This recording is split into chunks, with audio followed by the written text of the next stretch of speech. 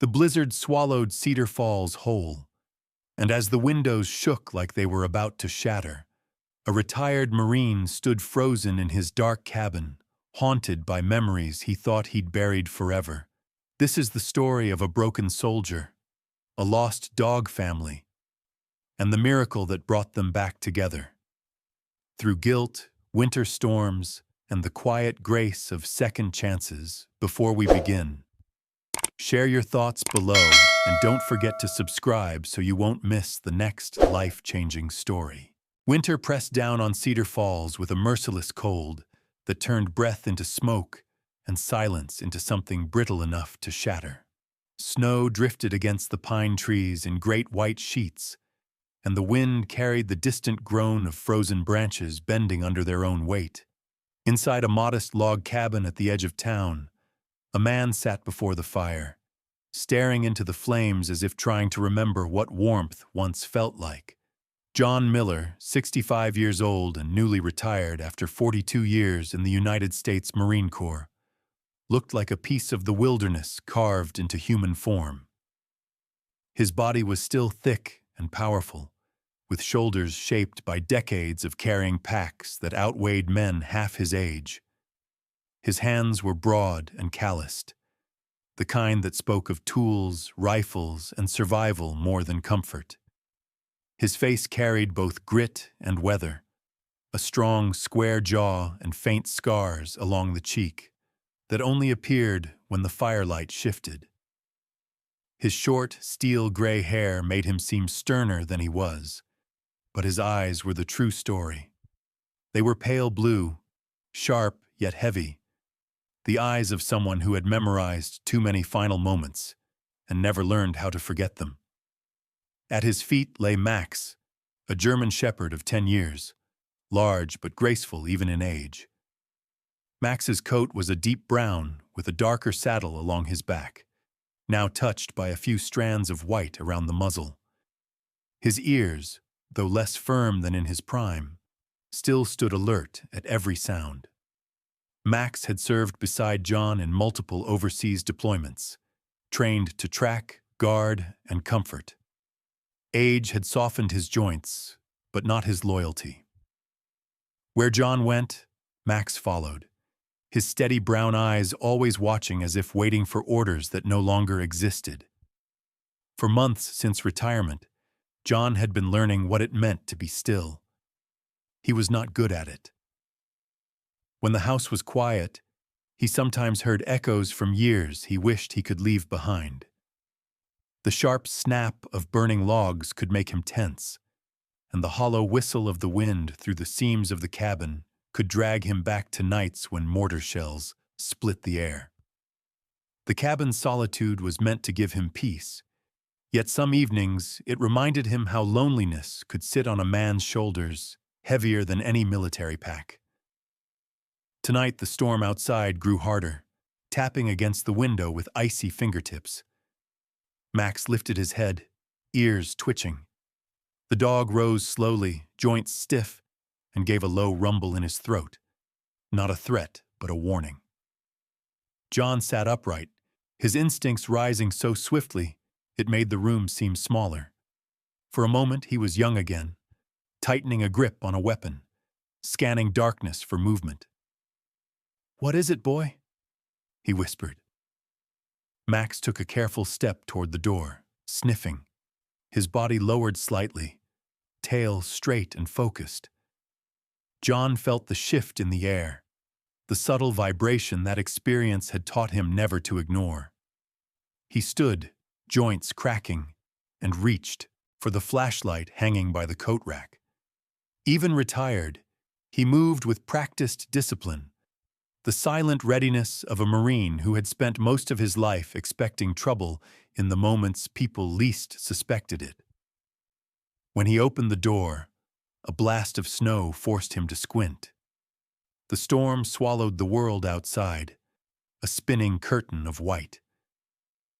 But through the flurry, at the foot of the wooden steps, something dark lay curled tightly against the cold. A dog, a German shepherd, but smaller and thinner than Max. The shape trembled weakly, as if the very air around it were too heavy to fight against. Its coat, once likely thick and beautiful, was now filthy, soaked, and tangled. John stepped closer, lowering the flashlight. The beam revealed a pair of barely open eyes, tired amber eyes that carried more pain than fear. Beneath the dog's shivering belly were 3 tiny bodies pressed close to her skin, newborn pups no larger than John's forearm. Their fur was damp, their movements frantic with cold. John felt his throat tighten. His breath hung in the air, suspended between compassion and caution. Something in him, something old and buried, stirred at the sight. Memories he tried to forget began to whisper. The desert. The night a young corporal had dragged a wounded comrade under fire. The way he refused to abandon the man even as his own strength faded. The look of someone fighting not for themselves but for the lives depending on them. That same look was in the mother dog's dull amber eyes. Max stepped forward slowly. Though large and muscular, Max moved with surprising gentleness, lowering his head to sniff the pups. The pups whimpered, but Max only nudged them softly, as if to reassure them. Then he looked up at John with quiet insistence. John exhaled, a long, weary breath. He knew what Max was asking, and he knew the truth. The animals would not survive another hour outside. "All right, girl," John murmured, squatting by the trembling mother. "Come on. You're not dying out here. Not tonight." The mother dog tried to lift her head, but barely managed to raise it an inch. Her body sagged. John slipped his arms beneath her, feeling bones that should have been muscle, warmth that barely existed. She was light, far too light for her breed. The pups pressed against her as he lifted them all together. Inside, the fire crackled warmly. John carried the small bundle near the hearth and set down thick towels, then gently placed the mother and pups onto the softness. Max lay beside them immediately, curling his warm body near the tiny family. The mother dog's breathing softened. A faint sound left her throat, part sigh, part gratitude. John paused, studying her. He had not invited anyone into his home for months, yet somehow this broken creature had crossed his threshold and, without speaking, told him something he had forgotten. That even winter storms could bring unexpected beginnings. The wind screamed outside, but inside the cabin, something shifted. A silence fell, not empty but full. John sat near the fire, watching the flames shimmer in the dog's weary eyes. For the first time in a long while, he felt a stirring of purpose, small but steady, like a spark catching on old dry wood. This, he thought, is how a season changes. Morning crept slowly into the cabin, diluted by the storm clouds pressing against the windows, as if winter itself wanted to enter. The fire had burned low, a bed of red embers breathing faint warmth into the room. John Miller rose with the stiffness of age and years of carrying other men's burdens. His joints groaned as he straightened his back, the familiar echo of a life spent marching through deserts, jungles, and thunderous fields of conflict. The cabin was quiet except for the faint whimper of the newborn pups and the soft, rhythmic breath of Max, who kept vigil beside them. John added logs to the fire until the flames rose again. The light revealed the small family huddled on the towels he had set down the night before. The mother dog, now fully visible in the warm glow, was even thinner than he had realized. Her ribs pressed sharply against her skin. Her fur, a blend of sable and cream, had lost its sheen. When she lifted her head the slightest bit, the muscles trembled. Yet her eyes still held a fierce vigilance, the kind of alertness John recognized in mothers who carried worlds on their backs. He studied her for a moment, admiring that quiet resilience. Max nudged the mother dog gently, as if reminding John that time was slipping. The pups, blind and fragile, pressed instinctively toward their mother's warmth. John remembered the impulse of survival he had seen countless times in the battlefield. The strongest lived because someone stronger made sacrifices. Watching her now, he felt something stir, a memory of nights when brothers in arms divided a single canteen or shielded each other from shrapnel with their own bodies. He had seen countless expressions of selflessness. This dog's eyes carried the same determination. He cleared a space near the fire and pulled out an old wool blanket, frayed at the edges but warm. It had followed him through 3 house moves and more winters than he cared to count. He spread it out carefully, then lifted the pups with gentle hands and set them onto the soft surface.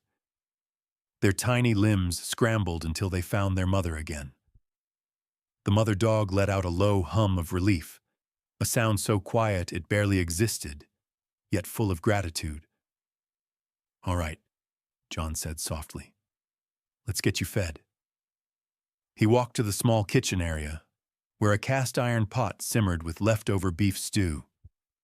He had cooked it the previous morning, a simple mixture of potatoes, carrots, and tender chunks of beef. The scent filled the air as he stirred it, reminding him of simpler times before the uniform had shaped every hour of his life.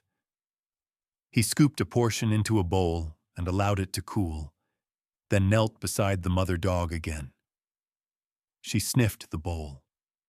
Hunger flashed in her eyes, but immediately she nudged it toward her pups. Even on the edge of exhaustion, she tried to give everything she had. John felt his chest tighten. He dipped a fingertip into the broth and touched it gently to her mouth. "Go on," he murmured. "You need strength too." The mother dog licked his finger hesitantly at first. John repeated the gesture, each time bringing the bowl a little closer until she finally lowered her muzzle and began to eat in small, exhausted bites. Max lay nearby, watching them with quiet understanding. He had known hardship too, though his strength never wavered. A faint scar above his left paw, earned during a deployment overseas, glowed faintly in the firelight. It had been a dangerous mission in a remote valley, one that had left Max limping for weeks and John sleepless for months. That scar was a reminder of how deeply Max had earned his place at John's side. As the mother dog ate, John studied her more carefully. The tips of her ears were frostbitten. Her left hind leg showed signs of an old injury, and her breathing was shallow but steady. She was not wild. Wild dogs rarely carried such sadness in their eyes. She must have belonged to someone once, a family, a farm, or perhaps she had wandered for months alone. John wondered what she had braved to reach his porch. When the bowl was nearly empty, the mother dog paused. Her eyes drifted to the pups curled against her belly. She licked each one as if checking to make sure they were still breathing. John leaned back on his heels, watching her quietly. She needed a name, something gentle, something worthy of her courage.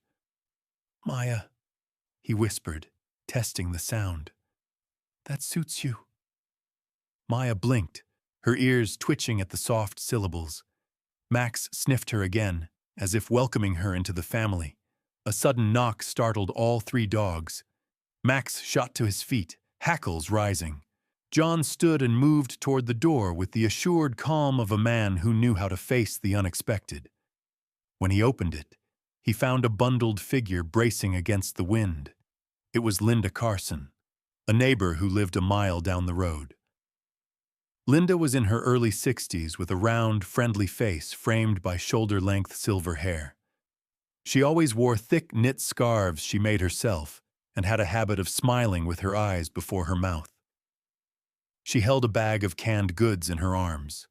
her cheeks flushed from the cold. Linda was known in Cedar Falls as a woman with a generous heart, though life had not always been kind to her. She had lost her husband 10 winters ago in a logging accident, and since then she filled her days with small acts of kindness to keep loneliness from swallowing her. "John," she said, her voice tremoring slightly from the wind. "Saw your porch light on all night. Everything all right?" John hesitated only briefly before stepping aside. "Found something in the storm." Linda entered, brushing snow off her coat. When she saw Maya and the pups, her breath caught. "Oh, dear heavens, those poor things." Maya stiffened at the sight of a stranger, but Linda crouched slowly and kept her hands close to herself, allowing Maya time to adjust.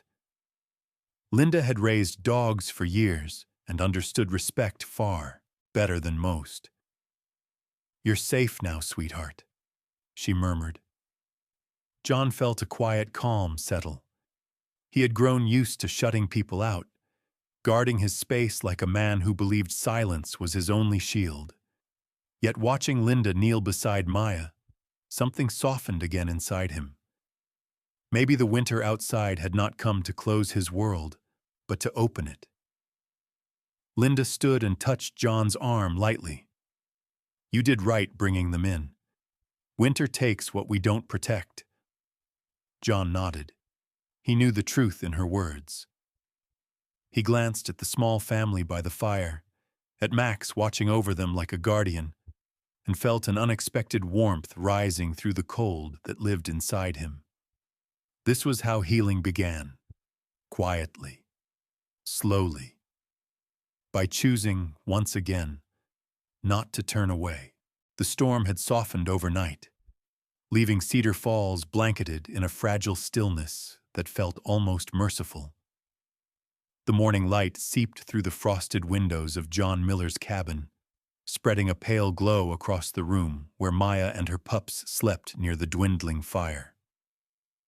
The once trembling mother now breathed more evenly, though her strength was still returning in patient increments. Her 3 pups, newly named Buddy, Scout, and Lily, had grown bold enough to wobble on their tiny legs, their movements clumsy yet determined. Buddy, the most adventurous, already tried to climb atop Max's broad back whenever the older dog rested. John watched them with a warmth he had not felt in years.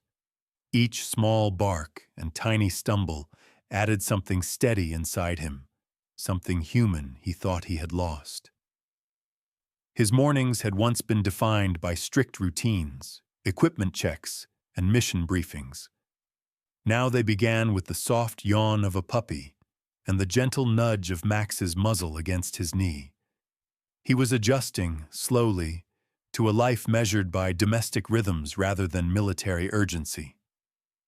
When the sun climbed higher, John put on his heavy winter coat, its thick fabric holding faint reminders of places far away. Max padded toward the back door, ears alert, tail slowly swaying with anticipation. Maya followed with a limp still noticeable in her left leg, though she now walked with more confidence.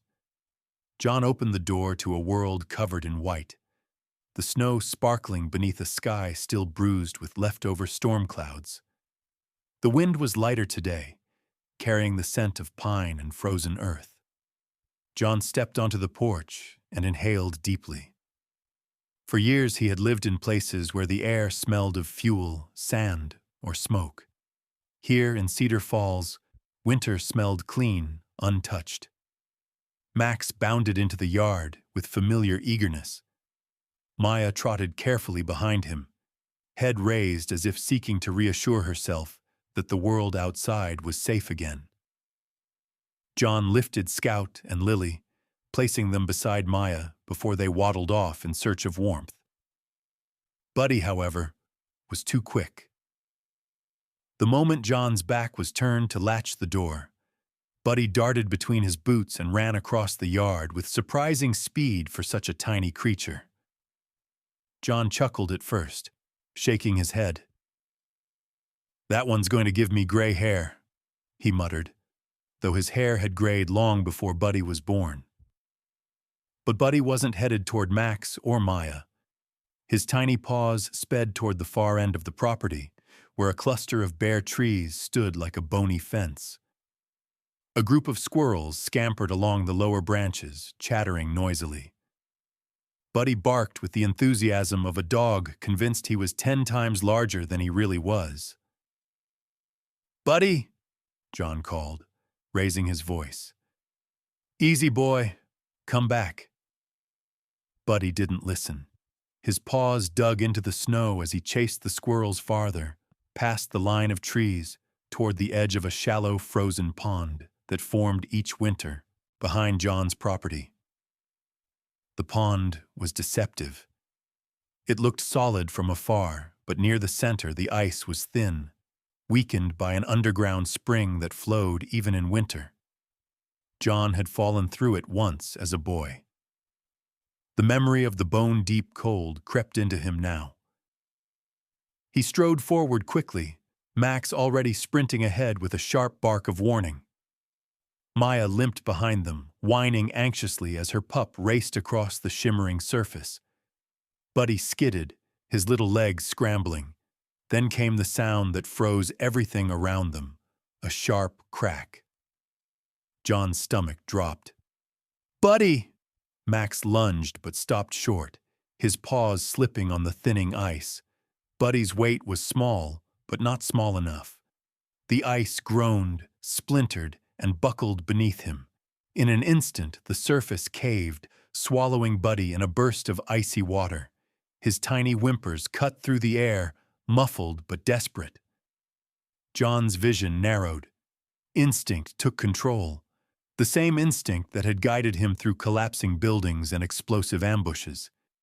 He grabbed the old coil of rope hanging from a hook on the back wall of his cabin and tied it firmly around his waist.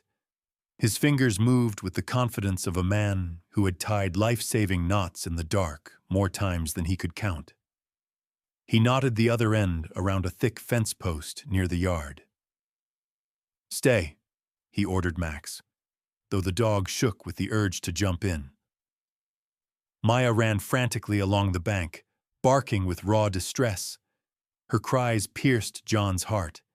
He stepped onto the ice, testing each placement of his weight. The cold crept through the soles of his boots. The air bit at his face. He kept low, crawling forward inch by inch, spreading his weight across the fragile surface.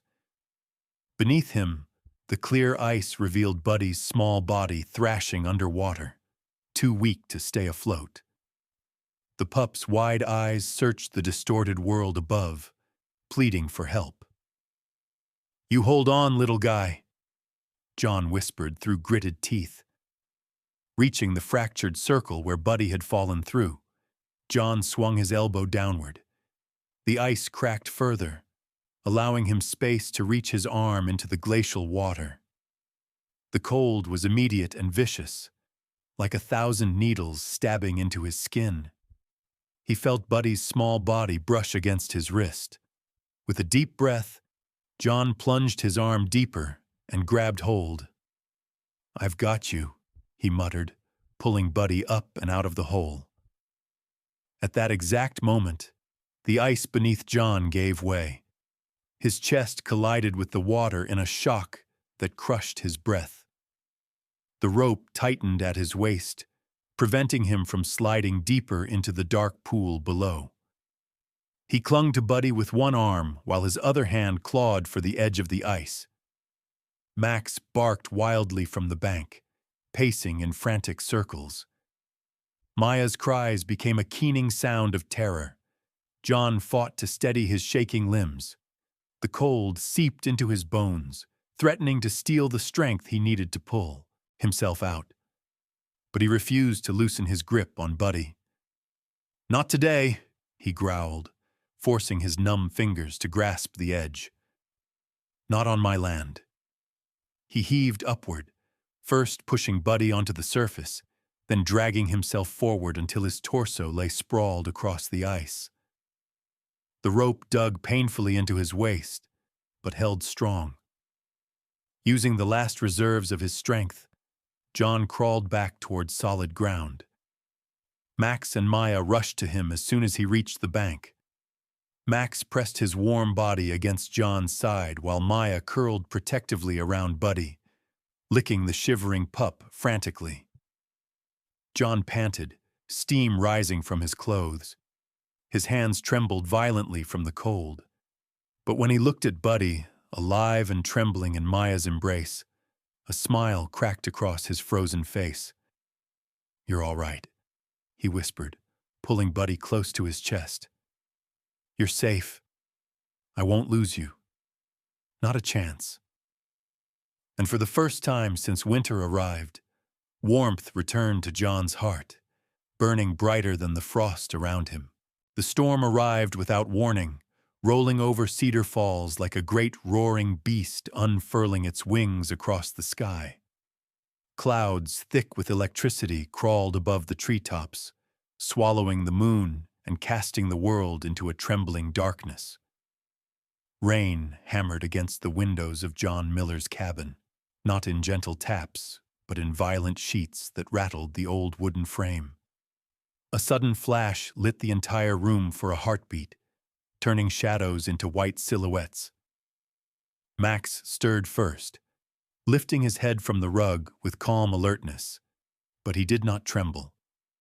He had been forged in harsher chaos. Maya, however, reacted differently.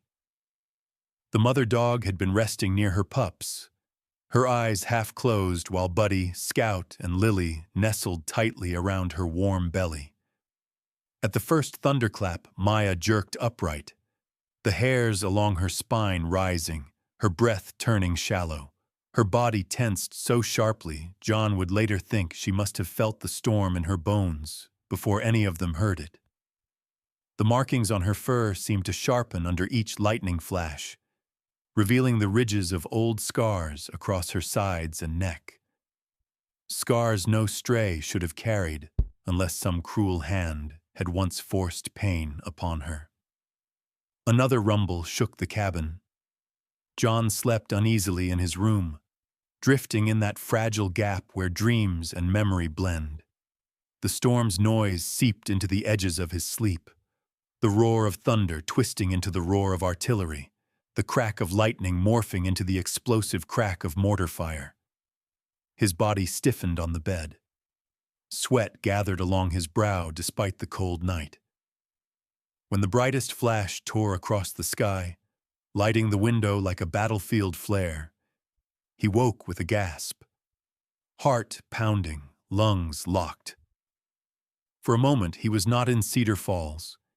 He was somewhere far away, sand whipping at his face, comrades shouting beside him.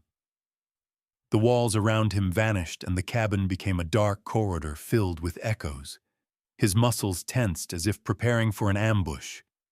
His trembling hands searched instinctively for a weapon that wasn't there. The storm rumbled again, shaking the foundation of the small home. The noise became too similar, too close to memory. John stumbled out of his room, his movements unsteady, his breath ragged. Max trotted to him with concern, nudging his leg, sensing the shift in his master's mind. But John didn't see Max. The images in his head blurred reality. He saw doorways where enemies once hid, shadows crawling like threats. His ears rang with phantom shouts. When lightning cracked again, almost directly overhead, he flinched violently and knocked over a ceramic lamp sitting on the table. The lamp shattered on the floor beside Maya. The sound split the room like a whip. Maya recoiled as if struck, her eyes widening in sheer terror. She pressed herself against the corner, head low, ears pinned. Her body shook uncontrollably. In that moment, she no longer saw the man who had taken her in. She saw the men who had hurt her before. Heavy boots, raised hands, sharp objects thrown at her trembling form. She saw nights filled with hunger and fear, where shadows hid cruelty. The pups reacted instantly. Lily let out a thin cry. Scout burrowed beneath Maya's tail. Buddy tugged at her fur with confusion. The storm intensified, banging at the cabin like a desperate intruder. Another flash lit the room, and Maya whimpered, scrambling backward until she nearly toppled a chair. Her eyes darted between her pups and John, filled with a pain that struck him deeper than the cold water of the frozen pond.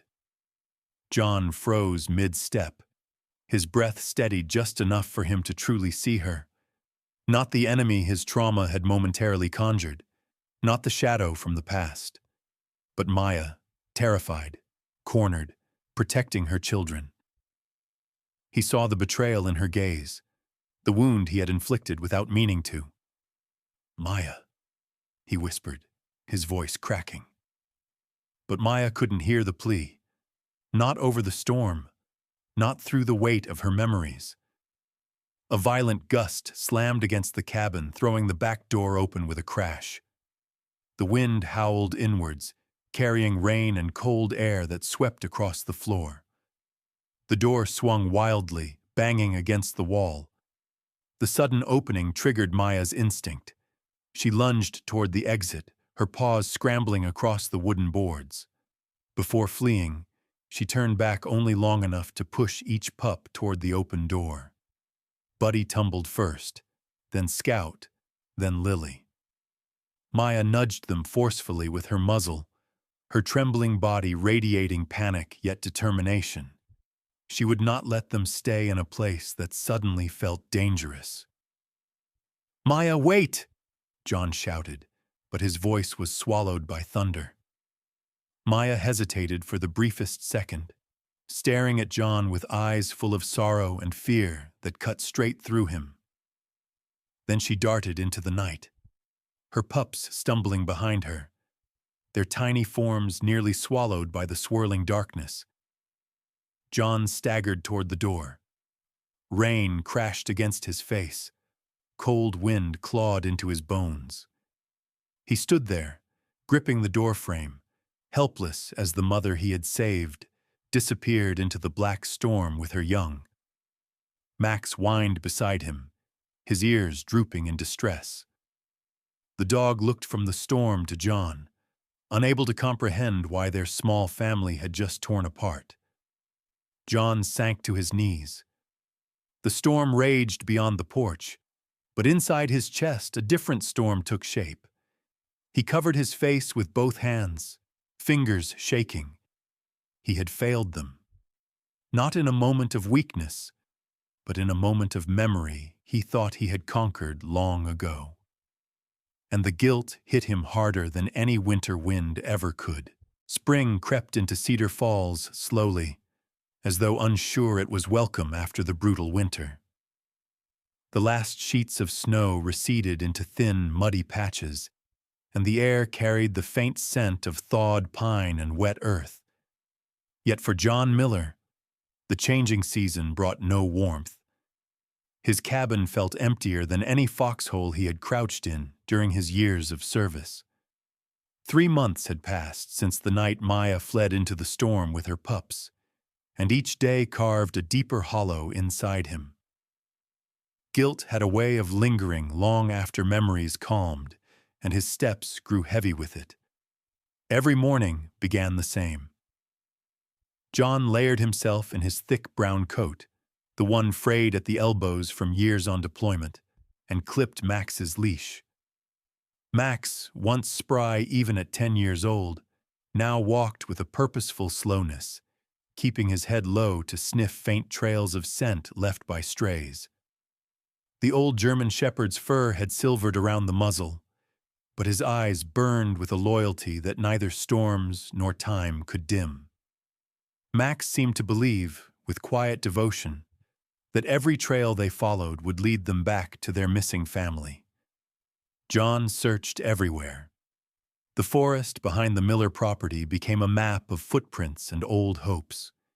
He walked the cracked sidewalks behind Cedar Falls grocery store, the alley behind the bakery, the edges of the industrial yard where feral dogs sometimes lingered near dumpsters. People grew used to the sight of him, a tall, broad-shouldered retiree with a military gait and weathered face, stopping every passerby to ask the same question. "Have you seen a female German shepherd with 3 pups? They're thin, scared, walk with a limp." Some answered kindly, others shrugged. A few pointed toward places where strays were often spotted, but no one had seen Maya. The absence felt like an open wound. One bitter morning, John visited the small veterinary clinic operated by Dr. Emily Carter. Emily was a woman in her early 40s, slender and slightly stooped from years bent over examination tables. Her brown hair, tied loosely in a low braid, fell over her shoulder, and her soft, hazel eyes always held a quiet sadness that hinted at a personal loss she never spoke about. She cared for animals with a dedication that made her one of the most patient souls in Cedar Falls. John stepped into her office, boots dripping slush onto the floor. Emily looked up from a clipboard. "Still no sign?" she asked gently. John shook his head. His voice came out rough. "Nothing. Not even tracks." Emily set the clipboard aside and stepped closer. "Dogs are survivors, John, especially mothers. If she's out there, she'll keep those pups alive." John exhaled slowly. "I'm not worried about whether she can survive. I'm worried about whether she'd want to come back." Emily rested a hand on his arm. "Guilt isn't the truth. It's just the shadow of what you think you deserve." He nodded, but didn't answer. Words felt fragile, and his truth was heavier than any he had carried into war. Weeks passed. Each day was another path walked, another set of posters placed on telephone poles across the city. The local diner owner, a sturdy man named Hank Richardson in his late 50s with iron-gray stubble and deep-set eyes, often saw John slipping notices under plates and mugs. Hank's no-nonsense demeanor came from a lifetime of working long hours, but despite his rough tone, he handed John free coffee each visit without a word. "You'll find 'em," Hank would mutter, wiping the counter. "Good things don't get taken easy." John appreciated the support, even when he doubted the sentiment. Then, one early spring afternoon, when the sun finally warmed the snow-softened city, the phone rang. John had just finished splitting logs behind the cabin. Max stood beside him, tail wagging faintly at the sound. John wiped his hands on his flannel and answered. "Mr. Miller?" The voice was thin, elderly, feminine. "Yes," John said, his heart tightening. "This is Linda Avery from Cedar Falls Animal Rescue. I believe we've found a German Shepherd mother with 3 pups. They're in rough shape, but they match your description." John dropped the phone. The world narrowed into a single breath. He grabbed his keys, but his hands shook so badly he fumbled them twice before Max barked and nudged his leg. The bark snapped him back. He scooped the keys, threw on his coat, and tore out the door with Max sprinting behind him. Linda Avery ran the shelter with more grit than most people half her age. She was 72, wiry and small, with curly white hair that framed her sun-tanned face. Her eyes were sharp blue, observant and firm, and the deep wrinkles at their corners suggested decades of smiling through hard work. She had the bearing of someone who had never once allowed age to make decisions for her. When John's truck skidded into the gravel parking lot, she was already waiting outside with a look that hovered somewhere between compassion and warning. "They're scared," she said. "You'll need to move slow." John swallowed hard. "Just show me." The shelter yard was enclosed by chain-link fencing. In the far corner, beneath the weak shade of a maple tree, 4 shapes huddled together. John froze mid-step. Maya looked smaller than he remembered. Her coat, once thick and reddish-brown, now clung to her ribs. Her left hind leg trembled as she balanced on it. Her muzzle, once soft and expressive, was streaked with dirt and old fear. Her eyes, the eyes that once softened at Max's greeting, were now wide and rimmed with red. Behind her, Buddy, Scout, and Lily pressed against her flank.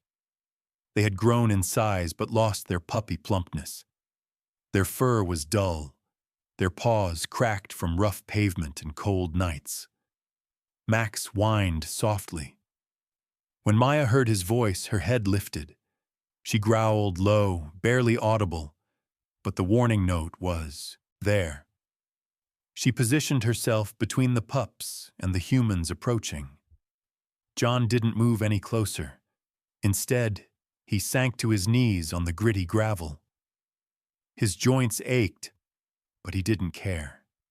He pressed one hand flat against his chest, right where his heart beat beneath layers of age and armor. "Maya," he whispered, voice trembling. "I'm sorry. I never meant to frighten you. I've been searching for you for 3 months, every day, every night." His throat tightened. He forced himself to breathe. "You and your little ones. I thought I'd lost you forever." Max stepped forward, slow and respectful. He barked twice, short, familiar barks he used when inviting play, when signaling it was safe. A family call. Maya's ears twitched. Her tail, stiff and lowered, moved the slightest bit. Then, slowly, so slowly it felt like the world held its breath, she stepped toward John. Her paws scraped the gravel. Her eyes never left his. She stopped just inches from him, lifting her head. Her nose brushed his shoulder. The moment broke something open inside him. John wrapped his arms around her, careful not to startle her. Maya pressed her weight against him, trembling. The pups scampered forward, circling John's legs with soft yips. He held them close, voice cracking. "Let's go home. All of you." In the quiet of that spring evening, as John sat on the porch with Max resting at his feet and Maya curled beside him with her pups safe and warm, he finally understood something that had taken him 65 years to see clearly. Life never stops giving us second chances, even when we no longer feel deserving of them. Sometimes the miracles we pray for do not arrive with lightning or thunder. Sometimes they come on 4 paws, trembling, hungry, carrying both fear and hope in their eyes. And sometimes they come in the form of a voice whispering to our wounded hearts, "You are not alone. Come home."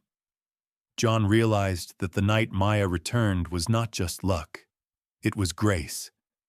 It was the quiet hand of God working through the world in a way only those who have lived long, suffered much, and kept faith can truly recognize. When everything seemed lost, when winter, fear, and guilt wrapped around him like a storm, God sent him a reminder that even broken souls deserve to be found. That even in the coldest seasons of a man's life, love can still return, heal, and rebuild what was shattered. And perhaps that is the message for all of us.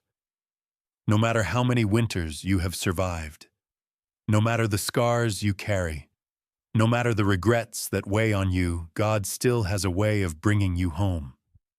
Sometimes through family, sometimes through strangers, and sometimes through a loyal dog who refuses to give up on you. If this story touched your heart, I invite you to share it with someone who may be walking through a difficult season.